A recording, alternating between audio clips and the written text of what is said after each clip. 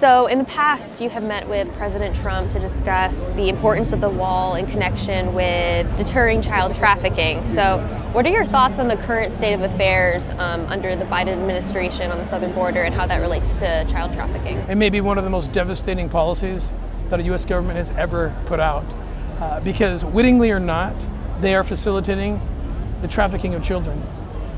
85,000 children, unaccompanied minors, and the CBP data indicates thousands of them were under 5 years old, showed up at our southern border over the last 2 years and were lost.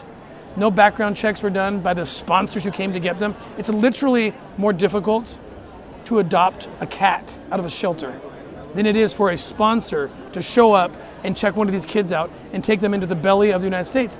And that belly is the #1 consumer of child sex material in the world. That's the United States government. So this is a crisis beyond anything that I've seen, especially when it comes to children. And the United States government is complicit, I hope unwittingly.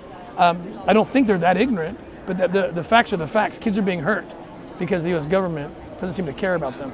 The Trump administration made this a priority. Now people are flocking to see this movie, The Sound of Freedom. Meanwhile, Biden's DOJ quietly removed portions of its page on child sex trafficking. Why do you think that happened? I think there's a whole agenda that all these things are attached to. It's not just the 85,000 children. It's not just the fact that they're kind of making less significant things like human trafficking, child trafficking. The California state legislature just pushed out a bill that was given the opportunity to make it a life sentence to sexually traffic a child. There's an agenda that they don't want to have revealed, and that's why they're lying about Sound of Freedom. They don't want people to see this film because there's a bigger agenda to hurt children in the name of liberating them. They're sexualizing our children through sex education, giving them pornography. They are forcing this agenda to make it okay for children to consent to doing outrageous things. But the scary thing is the pedophile groups, I track them, I know them.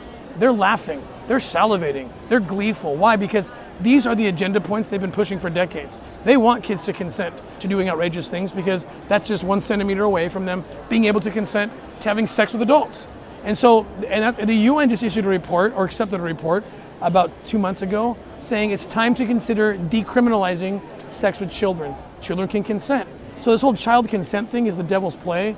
Pedophiles are laughing, and the leftists are pushing the agenda, and it's frightening. So CNN had a guest that said the film was creating like a moral panic. Are these players, establishment media, why do you think that they're pushing this agenda? Why, are they aware of what they're doing? It's bizarre because I think they are aware because those same outlets, Rolling Stone, MSNBC, CBS, CNN, The Guardian, they all posted and wrote glowing stories about the operation that happened on October 11th, 2014. They applauded it. They said that we were good guys.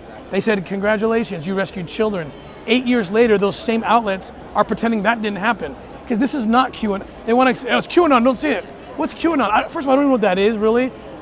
Second of all, this film was produced, written, and done before, 6 years ago, before anyone even knew what QAnon was. So they're lying about it. They're changing their story. They want to pretend it's not happening. And I really believe the motive is they don't want to have a conversation about what's really happening to kids and the consequences to children that their agendas and their policies are having on children. When you let a kid consent to doing anything outrageous, then you're going to have to let them consent to whatever, identifying as a 30-year-old to have sex with a 40-year-old pedophile. They know that this is going to shine a light on all of their agenda that they've been working on for so long, and they're making progress. So they'd rather just pretend none of it's happening. And it's easier just to say, well, maybe sex with kids isn't even that big a deal after all. I mean, that's where they're going now. So like a slippery slope. A slippery slope. I mean, they're outraged that we still call people who want to have sex with children pedophiles because that's so degrading. Damn right it's degrading. It's supposed to be degrading. It's supposed to be a red flag. It's supposed to be an alert. Use that term. No, they want to change the term to minor attracted person, normalize it, and attach it to the LGBT community. Thank God that many in the LGBT community are fighting back and saying, no, you're not part, like Gays Against Groomers, for example, you're not part of this community. But this is the wider battle that we're fighting. So you think the end game is to normalize these things? Yes, absolutely. What do you think that the Biden administration specifically is not doing enough of to combat all this at this point? Well, first and foremost, let's start enforcing the border. The only compassionate policy is enforce the border. You de-incentivize the traffickers. You suck the wind out of their sails. When you open the doors and say, come on in, and pretend you're being compassionate, again, you're tens of thousands of children, unaccompanied young children, are disappearing into the belly of the beast. And they have to know that's happening, but they care about their agenda more than that. So more specifically, what can people do to fight this in their own communities? Well, first, we want people to go see the Sound of Freedom, because there's not been a tool like this ever that shines a light on what's happening to children and forces this very important conversation. Beyond that, we're setting up a new fund.